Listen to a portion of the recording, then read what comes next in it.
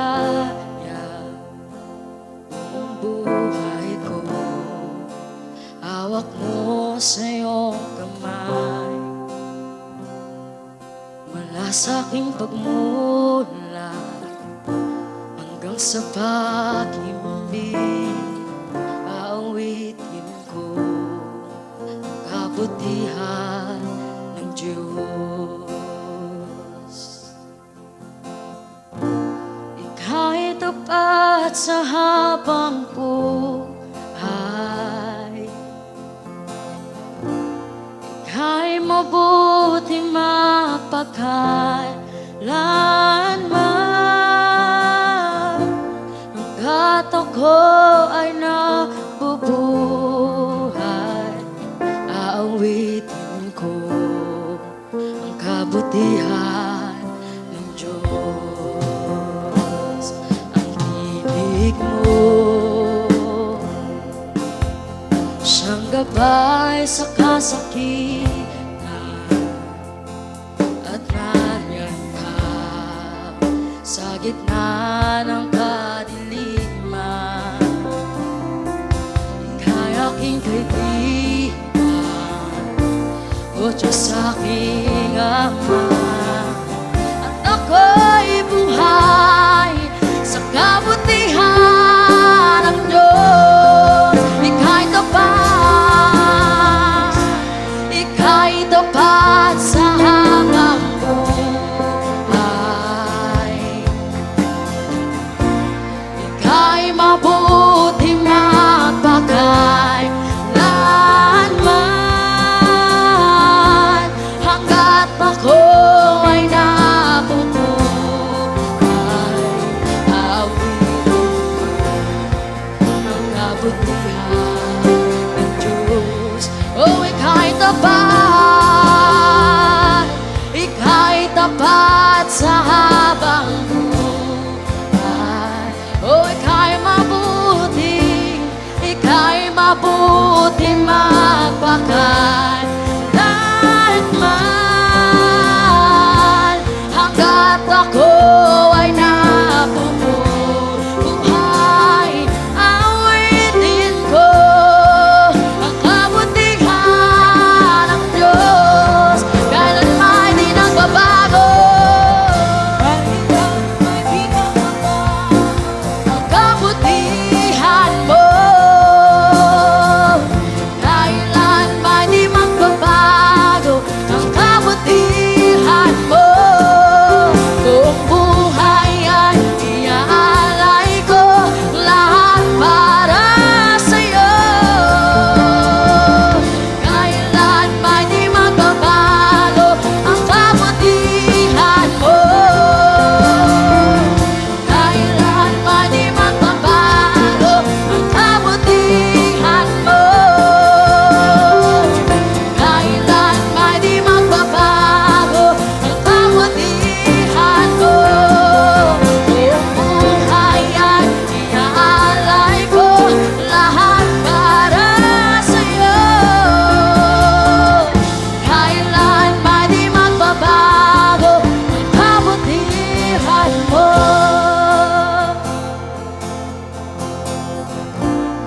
Ika'y tapat sa habang buhay. Kamanawitin mo to sa Panginoon, siya'y mabuti.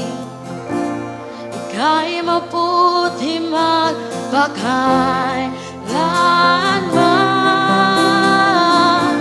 Hanggat ako ay nabubuhay, aawitin ko ang kabutihan ng Diyos. Oh, ika'y tapat sa habang buhay. Oh, ika'y mabuti magpakailanman. Hanggat ako ay nabubuhay, awitin ko ang kabutihan ng Diyos. Kailanman di magbabago ang kabutihan mo.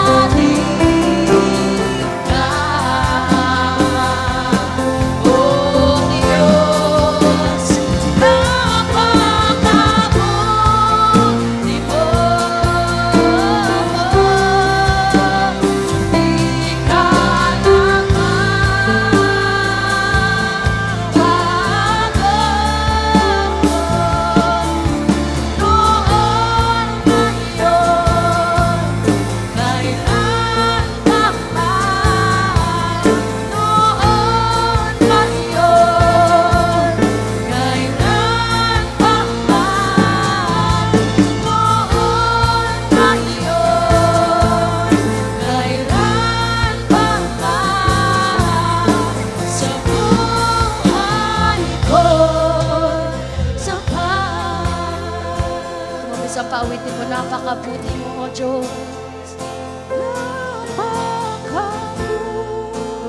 Yes, God. Yes, Lord. You are good. Mabuti ka, O Diyos. Ama.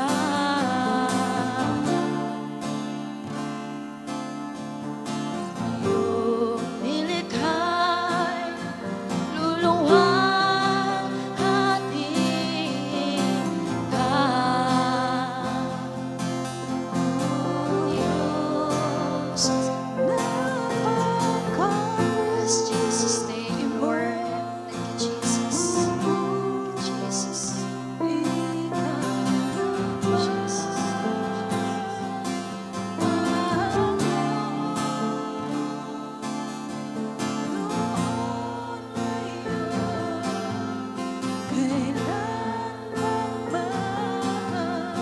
Sa buhay ko'y sapat. Come on, sa mga oras na to, patuloy tayo sa atmosphere ng pananalangin. Let us now pray for our country, the Philippines. Lord, unang sa lahat, we pray, Panginoon, sa government ng Pilipinas na ito. Lord, we ask, Panginoon, to grant the President, the Cabinet, Lord, and local officials, Lord God, yung wisdom, Panginoon, that surpasses human reasoning for making difficult decisions. And also pray, Lord God, we ask for your leading, Panginoon, to all the government officials. We believe, Lord, na kung ikaw ang naglagay sa kanila sa bansang ito, ikaw rin, Lord God, ang mag-aayos ng kanilang mga puso. Today, Lord, tonight, nakikita mo, Panginoon, ang patuloy na mga katiwalian.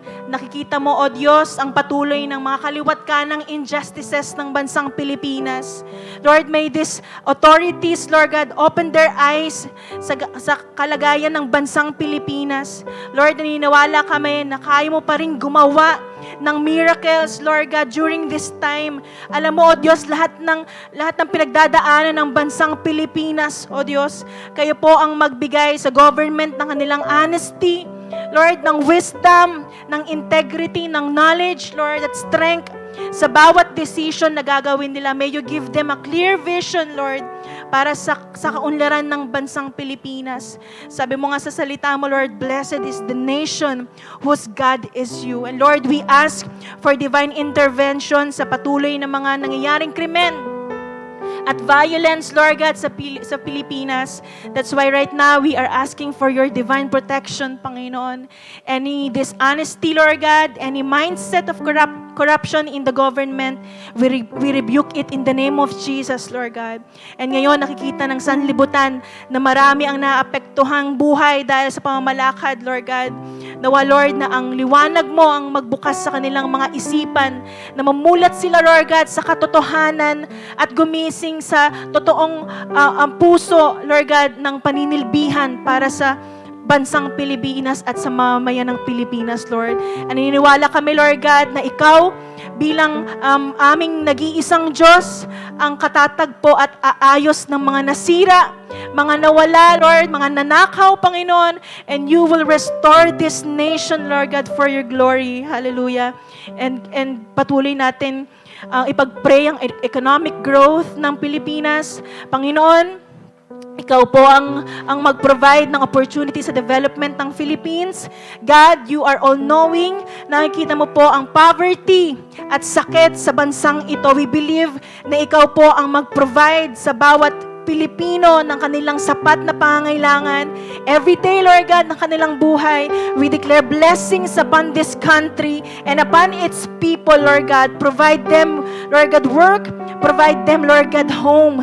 And we rebuke also, Lord God, yung anumang mga plano ng kaaway sa aming buhay. We rebuke, Lord God, any bondages, Lord God. We rebuke any chains na humahawak sa Pilipinas pababa, Lord God. And Lord, naniniwala kami na ikaw lamang ang tanging mag-aangat sa bansang ito. You are the God of all nations na kailanman, O Diyos, ay hindi ka nagkulang sa amin. And also, Lord, we pray, Panginoon, na magkaroon ng truth, Lord, in media.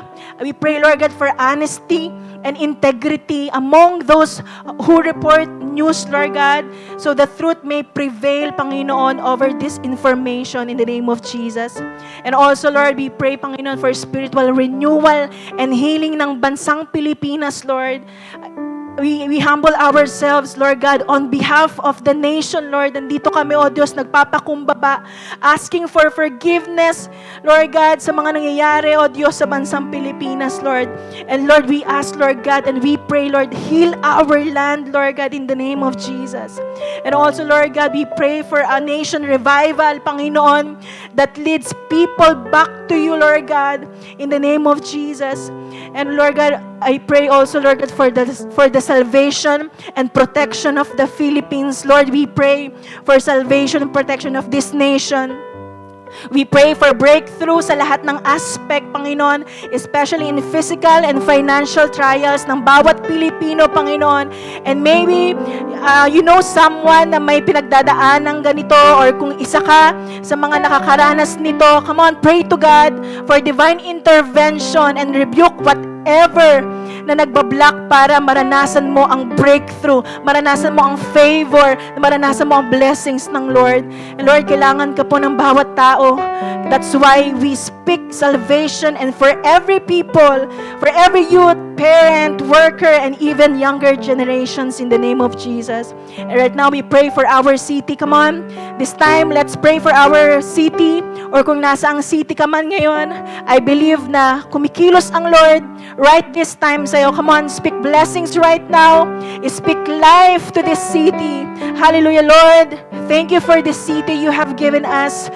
Lord, we pray for your intervention and your power, Lord, para mas may i-share pa namin, Panginoon, ang salita mo sa city na to. And Lord, we pray for evangelism of this city.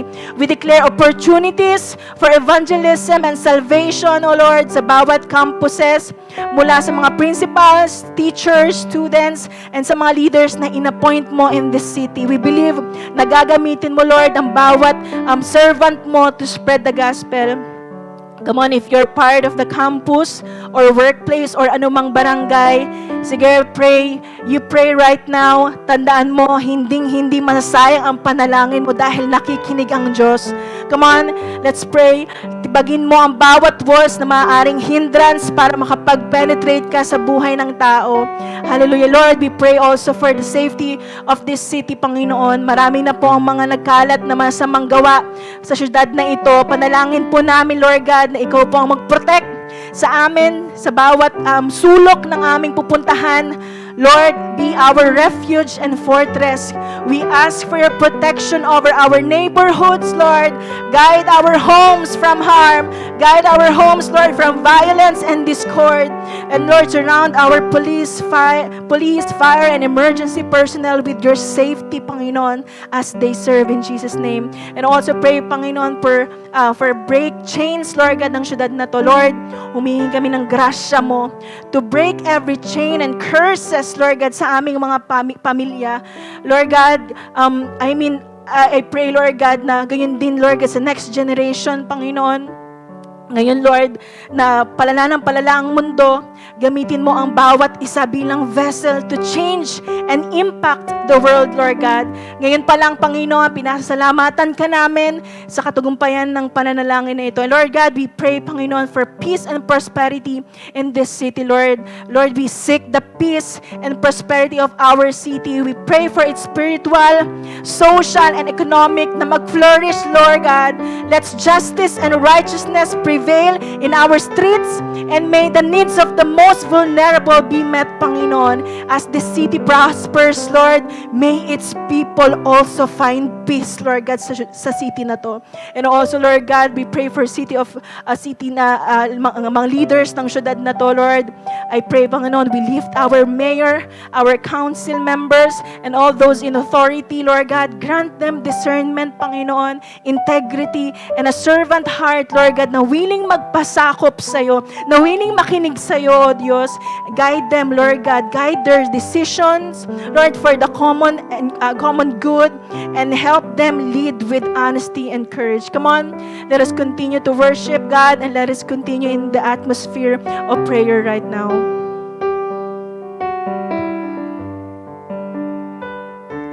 Sige, patuloy kang manalangin. Ngayon, ipanalangin naman natin ang ating simbahan. Heavenly Father, Lord, maraming salamat po sa pagkakataong ito na makalapit kami sa iyo bilang isang simbahan. Sa pagpasok po namin sa panibagong taon, the year 2026, buong puso naming inaalay sa iyo ang aming simbahan, ang aming mga plano at ang aming mga buhay. Lord, unang-una po naming idinudulog sa iyo ang aming mga pastors at leaders. Sila po ang iyong ginagamit upang gumabay, magturo at maglingkod sa buong taon na ito. Lord, bigyan mo po sila ng karunungan, malinaw na desisyon at lakas sa araw-araw. Panginoon, biyayaan niyo po sila ng fresh vision, panibagong apoy, panibagong sigla at mas malalim na commitment na pangunahan ang bawat miyembro ayon sa iyong kalooban. Lord God, ingatan mo po ang kanilang puso, ang kanilang pamilya, at maging ang kanilang paglilingkod. Naway patuloy po silang mamuno ng may kababaang loob, pananampalataya, at buong pagsunod sa iyo. At Lord, mula sa aming mga leaders, sa aming mga pastors, dinadala rin po namin sa iyo ang bawat volunteers at miyembro ng simbahan. Lord, salamat po sa mga pusong ito na handang maglingkod kahit na walang kapalit. Lord, palakasin mo po ang bawat isa, renew their strength, Panginoon, as they approach, Panginoon, the new year of serving you, Lord God. Pagpalain mo po ang kanilang pamilya, ang kanilang pag-aaral, at maging ang kanilang hanap buhay. Lord, sa taong 2026, Panginoon, bigyan mo po ang aming mga puso ng mas matinding apoy sa paglilingkod.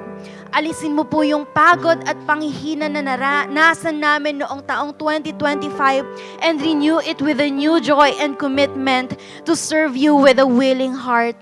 Lord God, magpadala ka pa po ng mas maraming volunteers, maraming lingkod, mga taong handang tumugon sa iyong tawag at maglingkod ng may pagmamahal at katapatan. At Panginoon, habang pinapalakas mo po ang loob ng bawat miyembro, dinadala rin po namin sa iyo ang mga satellite churches at ang mga komunidad na aming naaabot.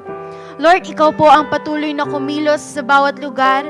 Buksan mo po ang puso ng mga tao upang tanggapin ng iyong salita. Gamitin mo po ang lahat ng mga taong ito nang sa gayon is maibahagi namin ang iyong pag-ibig at kapangyarihan sa marami pang tao. At Lord, dahil ikaw ang kumikilos sa bawat community, naniniwala po kami na sa taong 2026 ay palalawakin mo pa po ang Light Church. Lord, ipinagkakatiwala po namin sa iyo ang mga bagong lugar, bagong tao at bagong oportunidad. Ikaw po ang magbukas ng pinto na ayon sa iyong plano. Gawin mo po yung simbahan nito bilang ilaw at pag-asa sa mas marami pang buhay. And Lord, habang pinalalawak mo po ang mga gawain ng simbahan, turuan mo po kami na maging tapat sa pagbibigay ng aming tithes, offerings, at maging sa nalalapit na first fruit. Bigyan mo po kami ng pusong mapagbigay at marunong magtiwala sa iyo. Naway, magamit mo po ang lahat ng ito upang mas lalong mapalakas ang iyong simbahan at ang mapalakas ang pag-abot ng mga kaluluwa. And Lord, dahil ikaw ang aming sentro, idinadalangin po namin ang kasaganan at pagpapala sa aming simbahan sa darating na taon na ito. Hindi po para sa aming sariling kapakanan, ngunit para po ito sa mas ikahabuti ng karamihan. Gamitin mo po kami bilang daluyan ng iyong biyaya upang makapag-akay pa ng mas maraming kaluluwa sa iyo. Panginoon, we are surrendering to you the year 2026, Lord God, at nagtitiwala po kami na ikaw ang kikilos sa aming simbahan at sa bawat buhay ng naririto. Sa iyo po ang lahat ng papuri at karangalan, and in Jesus' name, we are declaring victory upon victory in this year 2026. Ikaw na nga po ang manguna at madakila sa panibagong taon na ito.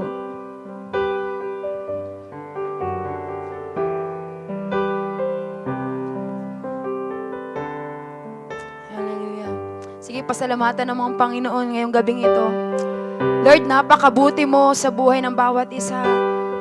Your presence, Panginoon, yung laging pagsama mo sa amin, Lord, this year, napakalaking bagay, Panginoon, para magpatuloy na bilang mga disciple mo, Lord, di namin alam kung kaya pa namin tumayo, kung kaya pa namin magpatuloy sa journey na to. But thank you, God, because we have you in our lives. Salamat, Panginoon, kasi patuloy mo kaming sinusustain ng joy, ng grace, ng mercy, ng love mo, Panginoon. And thank you, Lord, because we will end this year nakasama ka namin, Panginoon. Maraming salamat, Lord. And tonight, I pray, Panginoon, na ikaw yung mag-glorify, Lord. Keep us humble, Panginoon. Ayusin mo ang puso ng bawat isa, physical man, Panginoon, or online. Ikaw na nag-worship ngayon, ikaw na nakikinig ngayon. Open your heart to God. Palinis ka sa Panginoon. Humarap ka kay Lord. Kausapin mo ang Panginoon. And speak everything, praises sa Panginoon because He deserve it. Hallelujah. Yarabasika, yararababababababa. Maraming salamat po, Panginoon. Thank you for this opportunity.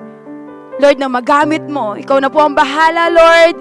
Tinataas ka po namin. We give all glory, Lord. We give all praises. In Jesus' name, amen and amen. Ayan. So, pwede bang palakpakan natin si Lord? Kahit ikaw ay nasa online, alam ko excited ka. At alam ko din na wala kang ibang ginagawa, kundi nakafocus lang in worshiping the Lord and listening to His word. Amen po ba? Amen. So, kamusta ka? Ayan. Kung may katabi ka ngayon sa kinakaupuan mo, pwede bang kamustahin mo siya? Pwede bang ngitian mo siya? Baka mamaya kaaway mo siya ngayon. Ayan. Pwede bang yakapin mo yan kung magulang mo yan?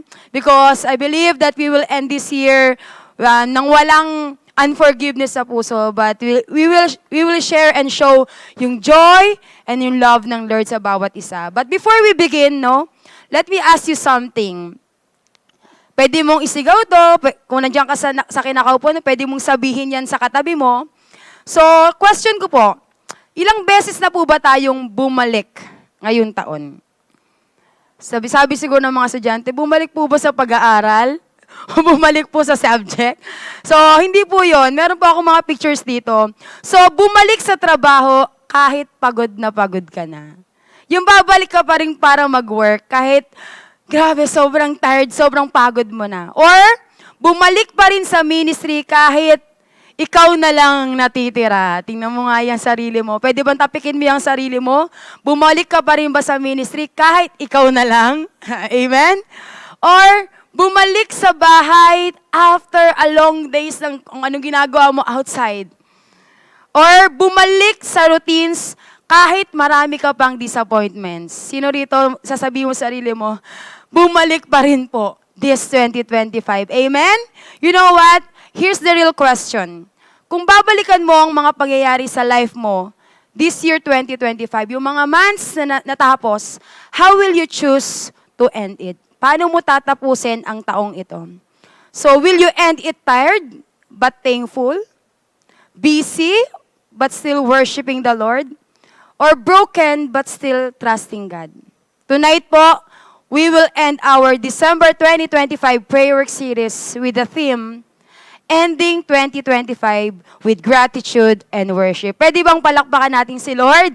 Hallelujah. So, babasahin ko po ang ating verse. Sabi po sa Psalm 107, line 1, Oh, give thanks to the Lord, for He is good, and His love endures forever. Alam kong sa ulo mo to. Ulitin ko po. Oh, give thanks to the Lord, for He is good, and His love endures forever. So, konting background lang po sa binasa natin. Ang Psalm 107 po is a song of thanksgiving that praises God for rescuing His people sa difficult situation. So, after na makaranas sa mga Israelita ng mga problema, captivation ng mga kaaway. So ito po ay isang awit ng pasasalamat sa Panginoon. So this song was often sung sa mga big celebrations po or festival to remind everyone kung gaano po ka-faithful si Lord at gaano siya kabuti sa buhay po nila. And historically po, itong psalm na to is like reflects or nag-reflect siya ng mga experiences ng mga Israelites after they returned from the captivity in Babylon. So they were grateful for God's mercy and faithfulness in bringing them back sa kanilang homeland. Sino rito, tuwang-tuwa kapag nakabalik ka sa bahay, tapos hihiga ka sa kama mo, di ba? Ang sarap sa feeling. Amen po ba? And you know what? This psalm highlights God's everlasting love demonstrated through deliverance from various troubles and trials. You know what? As the year ends, let us reflect. Mag-reflect po tayo sa mga months na lumipas, sa mga joy na naranasan mo ng katabi mo, ikaw mismo, our challenges, yung mga moments na chinerish mo, and the struggle we endured. Pero ang tanong, sabi ko kanina, how should I end this year? Or how should we end this year? So, ngayon po, pag-usapan natin, our title, our last title for this year, Ending Well, Remembering Gratitude as we close the year. Pwede bang palakpakan natin si Lord? Hallelujah! Pag-usapan natin, dalawang bagay or two things to remember about gratitude according to Psalm 107, line 1. First po is, gratitude reminds us to remember and celebrate God's goodness. So, gratitude reminds us to celebrate God's goodness. Sabi po sa Psalm 107, line 1, "O give thanks to the Lord, for He is good, and His love endures forever." Sabi po sa line na, "O give thanks to the Lord," this is a word, yung word po na "O" na binabanggit dyan, is an exhortation that stated an exclamation, nang ibig sabihin po na yung mismong psalmist or yung singer po passionately pleads with his readers to give thanks. Magbigay po ng pasasalamat sa Panginoon for good reason. Ito pong thanks na to is directed to God because He is good. Amen po ba? At sa buong Psalm 100 po, in the time of Israelites, napakarami po nilang na-experience na hardship. Grabe, alam po natin kung gaano kakulit itong mga Israelita na to. But after all, God helped them and never abandoned them. Ano-ano po yon? Mabasa natin sa Psalm 100. God rescues those who are lost and wandering. Yung mga Israelita, nagpakalat-kalat sa disyerto, nag-wander without direction, pero never silang kinalimutan ng Panginoon. God delivers those in prison or bondage. Grabe, yung mga Israelites na in prison sila, na under sila ng oppression, ng suffering, pero never silang kinalimutan ng Panginoon. Ano pa po? God heals those who are sick and suffering. Sabi po yun sa line 17 hanggang 22. And also, God calms the storms and save those in danger at sea. Ibig sabihin po, ang dami nilang pinagdaanan, pero never silang kinalimutan ng Panginoon. So, ibig sabihin po, gratitude calls us to pause and look back. Ano po ibig sabihin nun? Ang gratitude, tinatawag tayo para wait, stop ka muna, and tingnan mo. Not to relieve the pain, but to recognize the faithfulness of God in every season. Ibig sabihin po, gratitude helps us to remember how God sustained us, provided for us, and stayed with us even when the year was difficult. Ibig sabihin, ang gratitude ay nagpapakita kung paano tayo sinustay ng Panginoon at nag-provide ng pangangailangan natin. Listen po, when we choose gratitude, we don't focus only on what went wrong. Kung ano yung mali, ano yung hindi nangyari, but we celebrate what God has done right sa buhay natin. So to be grateful is to intentionally recall God's goodness. Yung balikan mo yung kabutihan ng Lord, yung mga answered prayers mo, yung mga unseen protection ng Panginoon sa'yo, yung daily strength na meron ka, just imagine, kinaya mo hanggang ngayon, tatapusin mo pa yung year na to, na nandyan ka pa din, nagsiserve, nagpapatuloy sa Panginoon. And when we remember this, listen, ang puso natin will lead to celebrate and worship and acknowledge mismo ang kabutihan ng Panginoon. So Light Church, ngayon na nasa bahay ka ngayon, kinakausap tayo ng Panginoon. This speaks directly to us as we look back on this year. Stop ka muna, alalahanin mo yung ang mga nangyari this year. Marami tayong pinagdaanan, maraming saya, may sakit, may tagumpay, may mga tanong na hanggang ngayon wala pang sagot. Hindi lahat naging ayon sa plano natin, hindi lahat naging malinaw. Pero tulad ng mga Israelita, when we look closely, we will see, grabe no, God's still present.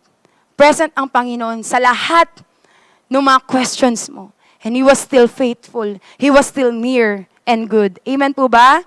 Amen? That's why even at the end of a difficult or imperfect year na meron tayo, we can still lift our hearts and hands and say, Lord, salamat pa rin.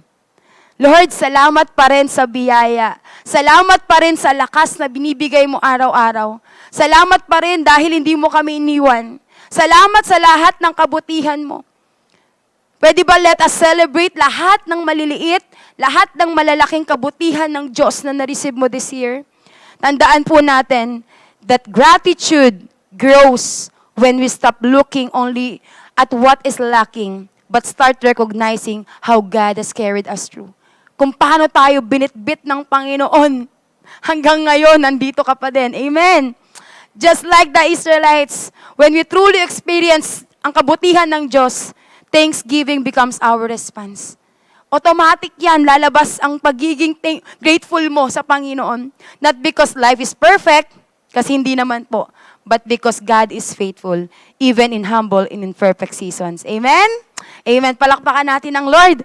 Pangalawa po, two things to remember about gratitude according to Psalm 107:1. Gratitude anchors us in the everlasting love of God. Sabi po sa Psalm 107 line 1, give thanks to the Lord, for He is good, and His love endures forever. Alam niyo po ba yung love dyan, yung or mercy? In Hebrew ay kased, nang ibig sabihin po ay loving devotion. It combines steadfast loyalty, mercy, and kindness, and relational faithfulness ng Lord. Hindi lang to yung love na nakukuha natin sa ibang tao o kahit kaninong kapitbahay mo. Pero tong love na to, talagang unconditional. Na parang sinasabi dito ng psalmist na ang gratitude is grounded in the unchanging nature of God's love. Hindi nagbabagong pagmamahal ng Panginoong Diyos. So when we say gratitude, mga kapatid, it is grounded sa hindi nagbabagong pagmamahal ng Lord. Ibig sabihin, ang thankfulness natin ay hindi po nakadepende sa feelings mo lang, sa circumstances mo lang, or kung anong nangyayari sa paligid mo. Kasi kung gagawin mo yon, hindi ka magpapasalamat sa Panginoon kasi magulo eh. Tama? Imperfect eh. Maraming disappointments, hindi ka magpapasalamat. But when we focus kung gaano katindi ang love ni Lord, dun lalabas yung pagiging grateful mo. Amen po ba? Instead po, it is based on the certainty and faithfulness of God's love. Ibig sabihin yung pagiging sure ka o sure mo sa pagmamahal ng Panginoon. A love that never changes no matter what. Amen po ba? God's love is steady, constant and eternal. Hindi nagbabago. Iwan ka ng lahat, never si Lord. Because He's always loves us fully, faithfully, na may solid foundation na tayo mismo maging thankful at all times. Yun pa lang eh, di ba? Ang mahalin ka ng hari ng mga hari, Lord of Lords. Grabe, foundation mo na yun para maging thankful eh, para maging grateful. Kasi may Diyos na nagmamahal sa'yo kahit unfaithful ka. Kahit unfaithful tayo. Even when life is hard, mga kapatid, or confusing, we can still choose to be grateful because God's love for us remains the same yesterday, today, and forevermore. Amen po? Light family, if this year, nakita mo yung sarili mo na naging madamot ka na ibigay ang love mo kay Lord. Or maybe dumating tayo sa time that we value pa ang love ng iba than kay Lord. This time po, balik natin ang love at pasasalamat sa Diyos dahil sa walang sawa niyang pagmamahal sa atin. Hallelujah. Grabe, pwede mong palakpakan mo si Lord kung nasan ka man ngayon. At sabihin mo, Lord, salamat. Salamat sa pagmamahal mo. Ang pasasalamat mo, mga kapatid, ay di dapat nakadepende sa emosyon mo. Pero grounded sa kasiguraduhan mo sa love ng Lord. Amen? Again po, two things to remember about gratitude according to Psalm 107:1. Gratitude reminds us to celebrate God's goodness. And pangalawa po, gratitude anchors us in the everlasting love of God. So, after po tayong ma-remind about gratitude, The question is, anong gagawin natin ngayon? Ano pong gagawin natin ngayon? As we stand at the end of this year, maybe talagang pinush mo yung year mo ngayon. Lord, kailangan ko matapos yung 2025. Kung estudyante ka, di ba? Kailangan ko makagraduate. Konti na lang. Kung worker ka, tagal mong hindi na po promote, pero talagang pinipilit mo. Sabi ko nga kanina, bumabalik ka pa rin kahit pagod ka na. Bumabalik ka pa rin sa pamilya mo kahit minsan napapagod ka na sa mga responsibility. But let us ask ourselves honestly. Tanungin mo ang sarili mo ngayon. When we return to our families, may pasasalamat pa ba sa puso natin? When we return to our work, may pagsamba pa ba sa paraan ng pamumuhay natin? Nakikita ba si Lord sa buhay mo? Ng mga ka-work mo, nakikita ba nila si Kristo sa'yo? Every time na bumabalik ka sa work, or puro rants mo na lang, mga negatives na lang, mga reklamo mo na lang ang naririnig nila from you. When we return to our routines, sa mga ginagawa mo, kinabibisihan mo, makikita ba si Jesus sa ating mga salita at desisyon? Sa mga decision mo ba kasama si Lord? O ikaw na lang? Sa mga salita mo ba, nag-glorify pa din ang pangalan ng Panginoon? So here's the challenge, mga kapatid. As we step into a new year, number 1, always choose to say thank you, Lord. Thank you, Lord, in all circumstances. That no matter what happens, whether you face joy or challenge, success, setback, make it your habit na pasalamatan ng Panginoon. Lagi mo sabihin, thank you, Lord, kahit mahirap. Thank you, Lord, kahit wala pa. Thank you, Lord, nagising ako. Thank you, Lord, kasi nandito pa ako. Thank you, Lord, for this opportunity. Thank you, Lord, kasi alam ko bukas, baka next year ako naman. Tandaan po natin, a simple act of gratitude keeps our heart focused on His goodness and reminds us that His love never fails. Sa napakaliit na action na pagpapasalamat mo sa Panginoon, napapakita kung gaano mo naaalala ang kabutihan ng Panginoong Diyos. And pangalawa pong gagawin mo, always choose to worship God. In every season, make worship your daily choice. Kung may mga routines ka, pwede bang isama mo ang routine mo sa worship? Ang worship kay Lord, hindi dulo, pero pwede bang unang pagpurihan mo ang Panginoon? Unang mong sabihan ng magandang salita ang Panginoon. Unang mong tsikahin ang Panginoon. Unahin mong yakapin gamit ang mga salitahan mo ang Panginoon. Worship, listen, it's more than songs. It's a heart, or it's a posture of our heart that honors God in every moment.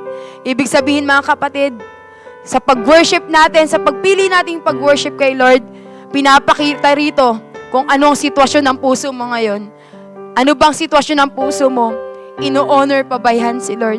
Kaya always choose to worship God. Hallelujah. Palakpakan po natin si Lord. I believe this year, kung di mo man po nagawa ito, next year, gagawin natin to victoriously. Piliin ni worship ang Lord at laging magpasalamat. So as I end this, ang Psalm 100 line 1 po reminds us that the greatest reason for our gratitude and worship is not having a perfect year, but the greatest love of God shown through Jesus Christ, our perfect Savior. Nang pagbigay ng Ama ng kanyang isang anak para i-save tayo. That Jesus came as our Emmanuel, God with us, our hope and peace.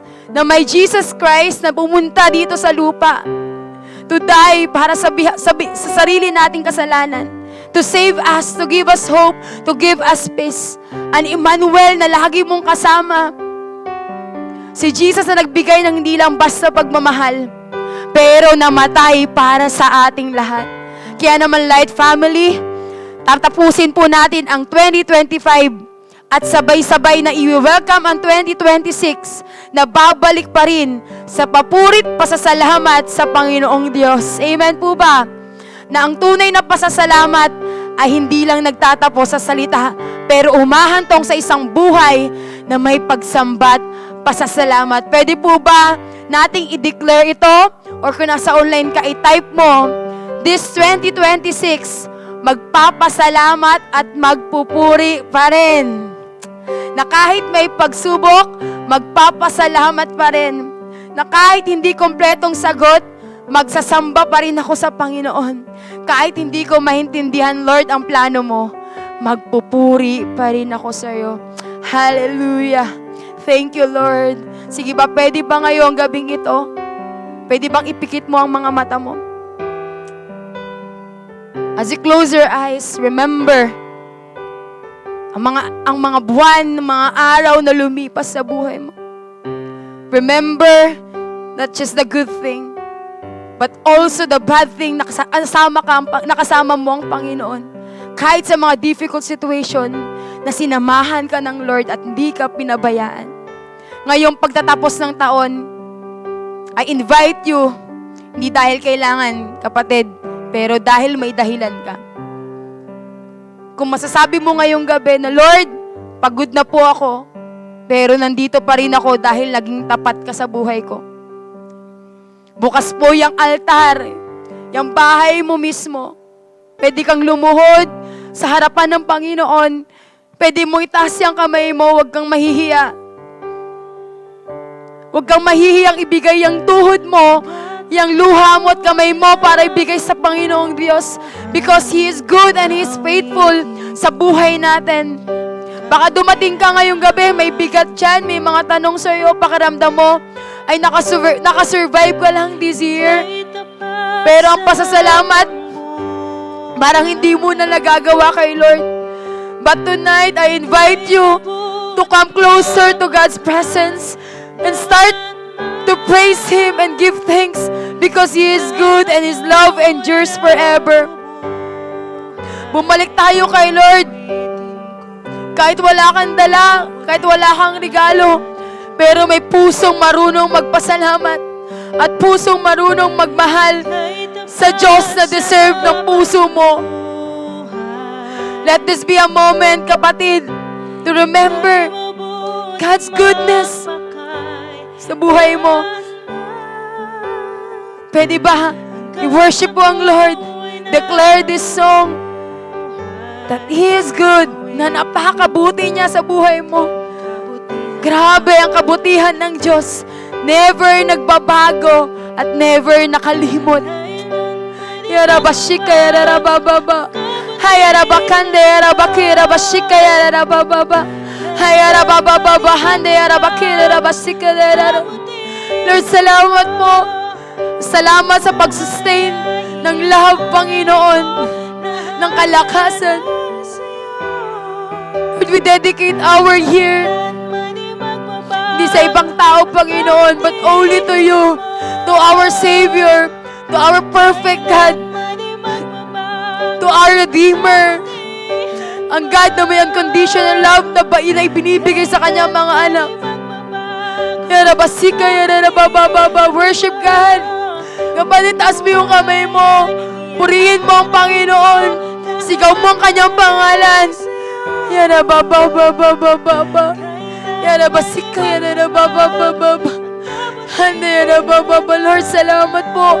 Salamat sa pagmamahal mo. Never kaming mapapagod na pasalamatan ka, Lord. Kasi ikaw hindi ka napagod na ibigay ang pagmamahal na yan sa amin. Never kang sumuko na makita na meron pang chance na magbago kami, na meron pang pagkakataon na we will return in your presence. Na may pagkakataon pa, Lord, na hindi man ngayong taon na to, pero next year, victoriously, we will serve you. We will go together kasama kahit ang pamilya ng mga disciple mo, Panginoon. Yarabasika, yaraba. Worship the Lord. Sige, purihan mo lang ang Panginoon. Hallelujah. Tunay nga napakabuti mo, Lord. Hallelujah. Habang nabubuhay kami, ikaw, habang nabubuhay ka, declare the goodness and faithfulness of God in your life. Di sa emosyon mo, Pero kung gaano ka-certain ang love ng Lord. Hallelujah. Pwede bang palakpakan mo si Lord? Palakpakan mo si Lord. Lakasan mo ba yung palakpak mo kay Lord? Hallelujah. Lord, salamat po. Salamat po sa salita mo, Panginoon, na babaunin namin. Ditong gabi na to, Panginoon, we will enter sa another chapter and year ng buhay namin as your disciple, Lord. Na may galak, pasasalamat, Panginoon, na magpapatuloy na without bitterness, but only love and joy, Panginoon, because we know na kasama ka namin. Maraming salamat, Lord. Bless mo nga po, Panginoon, ang mga anak mo na patuloy na naglilingkod, Panginoon, sa'yo at patuloy na nagpapasalamat sa'yo. Bless them, Lord. Heal those who sick, Panginoon. In Jesus' name. Pagalingin mo lahat ng may sakit, Lord. Parahanas mong restoration, spiritually, lahat ng dryness, Panginoon, in their spiritual life, oh God, mamumunga this year in Jesus' name. Hallelujah! Maraming salamat, Panginoon. We give all the glory, we give all the praises sa pangalan mo lamang po. In Jesus' name, everybody say, Amen and Amen. Pwede bang palakpakan mo si Lord? Hallelujah.